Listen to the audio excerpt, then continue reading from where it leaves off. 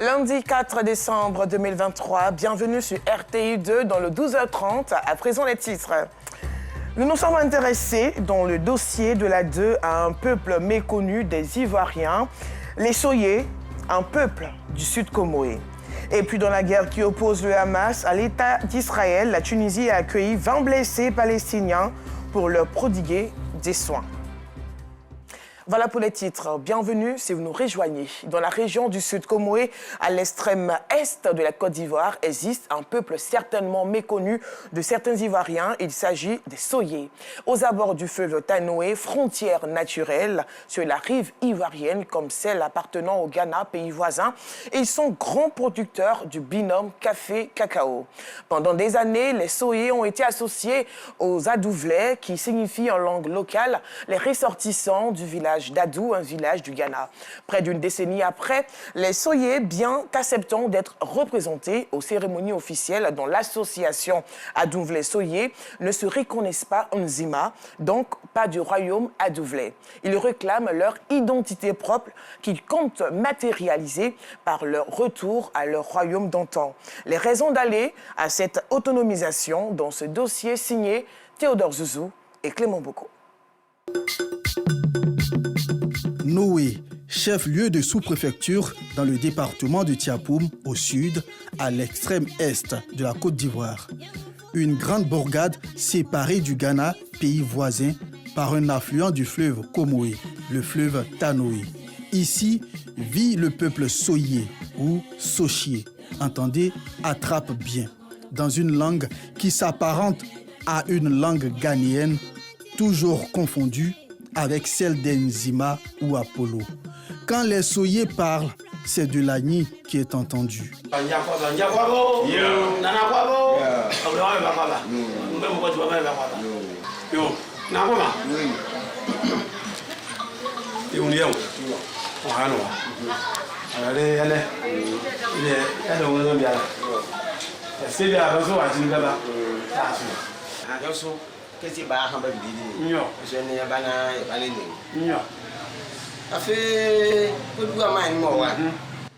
Et oui, c'est bien de l'Agni qui est distillé, ce qui nous ramène à rechercher leurs origines.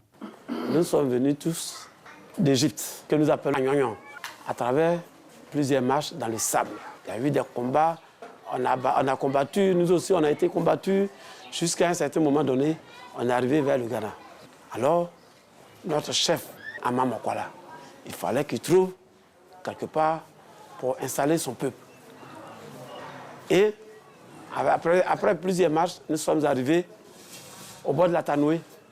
On a traversé la Tanoé et on s'est installé d'abord à Noé. Mais Noé n'existait pas. Hein. Étant nombreux et qu'il y avait eu des discussions, il a voulu que sa suite se déporte à Nougwa. C'est là qu'a été créé le premier gros village du peuple Soyé.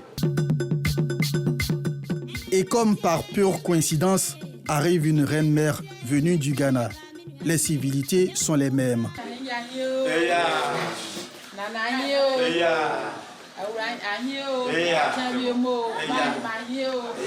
Elle situe sa présence et affirme que les Soyés sont aussi à Elubo, à Coco Town et à Nougwa, au Ghana. Sochela, Nougwa, Elubo et puis Hania. C'est ça qui est Sochier. Et puis, il y a les autres qui viennent jusqu'à nous sont beaucoup. Parce qu'il n'y a pas de différence. Comme on a la même chose là, ça cause de ça toujours on vient ici pour saluer notre frère qui est ici en Côte d'Ivoire. Une confirmation de cohésion entre ces trois villages visibles depuis le fleuve Tanoé. Le peuple Soyé est soudé. Nous avons presque les mêmes parents. La famille que vous trouvez ici, si je prends par exemple la famille Adahone à Noé, cette même famille, vous allez trouver dans tous les autres villages. Donc il y a une parfaite harmonie, une cohésion sociale.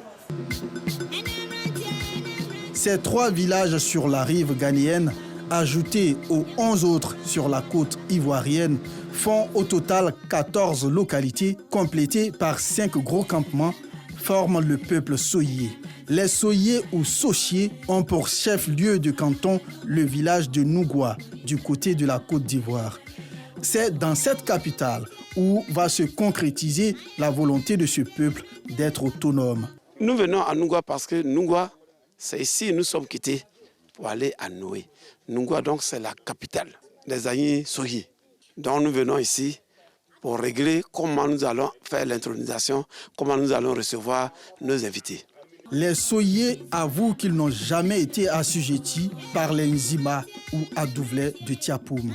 Insoumis devant l'autorité coloniale, ils étaient persona non grata, même après la colonisation. Le canton se faisait représenter par les voisins, les ressortissants du village d'Adou, Ogana, Adouvlais ou Nzima, d'où l'appellation d'Adouvlais Soyé, pour dire Adouvlais et Soyé. Adouvlais Soyé. On dépendait tous sur le plan administratif de Tiapoum. Donc les deux chefs cantons s'étaient réunis autour de 2007-2008 pour accueillir avec la population le président de la République de la Côte d'Ivoire. Et on avait fait des banderoles où on avait écrit Adouvlais Soyé. Je vous souhaite la bienvenue. Et quand Tiapoum s'est proclamé au royaume, il a gardé le terme Adouvlais Soyé pour pouvoir encore nous mettre sous leur autorité. Nous faisons le fait des Ignames et ils font Abissa. Ça veut dire qu'on est totalement différents. Les Agnis et les Aponiens. Ce petit peuple a déjà bâti un palais pour accueillir l'homme qu'il a choisi pour présider à sa destinée. Il visite ce jour le palais royal. Le passage à cette autonomie réjouit le chef du village de Nungwa, côté Côte d'Ivoire. Le peuple Sochier veut son autonomie parce que nous en avons besoin. Nous avons été longtemps sous le règne du roi de Tiapoum.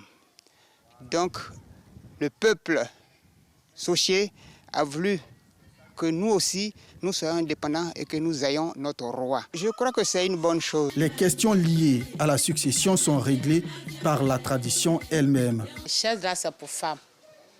On fait reine-mère avant qu'on va faire chef.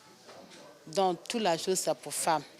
Et puis, donne chef, il regarde dessus. On ne prend pas quelqu'un qui est ailleurs pour faire reine-mère. On ne prend pas quelqu'un qui est ailleurs pour faire roi. Tous les rois, tous les reines-mères sont même famille. Nous, les Akans, nous n'élisons pas les rois. C'est une base coutumière. On est roi, on ne devient pas roi. Donc, quand ça t'est arrivé, c'est automatiquement toi qui es le successeur. Donc aujourd'hui, mon frère qui va être roi, c'est lui qui est le successeur légitime de l'ancien roi. Les populations qui constituent le peuple Soyé sont agricultrices. En dehors de l'igname, le manioc et la banane qu'elles consomment, les cultures de rente sont leur source de revenus. Pour être plus efficaces, les coopératives sont privilégiées. Moi, il peut faire au moins 200 et quelques tonnes. Il y a le cacao ici, il y a graines, il y a café.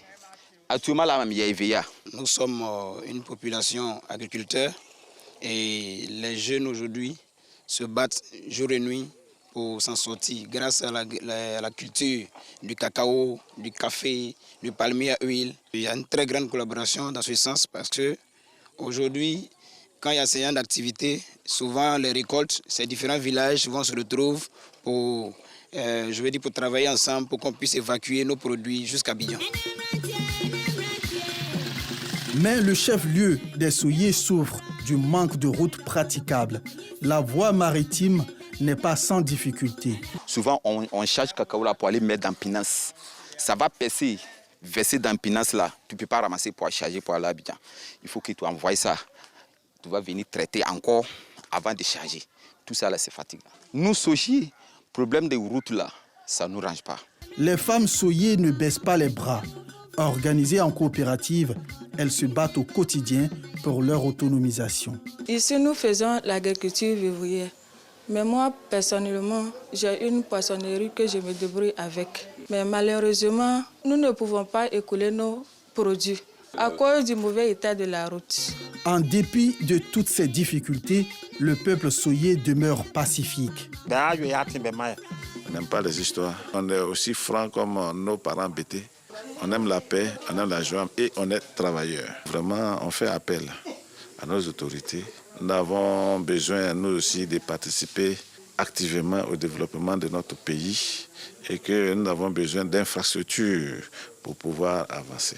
Ce changement de statut et cette volonté des Soyers d'être autonomes sont renforcés par l'adaptation à la loi de 2014 portant statut de la Chambre des rois et chefs traditionnels.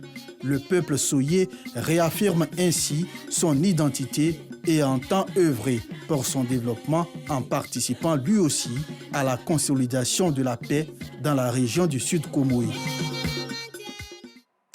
Les Soyers ou Sotiers, un peuple qui réclame son identité, un dossier à revoir sur les digitaux du groupe RTI. Le mois de décembre est là et les fêtes de fin d'année s'annoncent. Certains hypermarchés sont déjà en effervescence. Quelle est l'ambiance qui prévaut dans ces magasins de grande surface? Yacouba Koulibaly a visité un hypermarché à la Riviera 3, secteur 9 kg, dans la commune de Cocody. Voici son reportage. Ici, dans cet hypermarché, non loin du carrefour 9 kg, au quartier Riviera 3, dans la commune de Cocody, le premier client s'approvisionne déjà en objets de décoration. Amédi Simane, une détaillante, fait le tour des rayons afin de passer la commande des objets qui l'intéressent.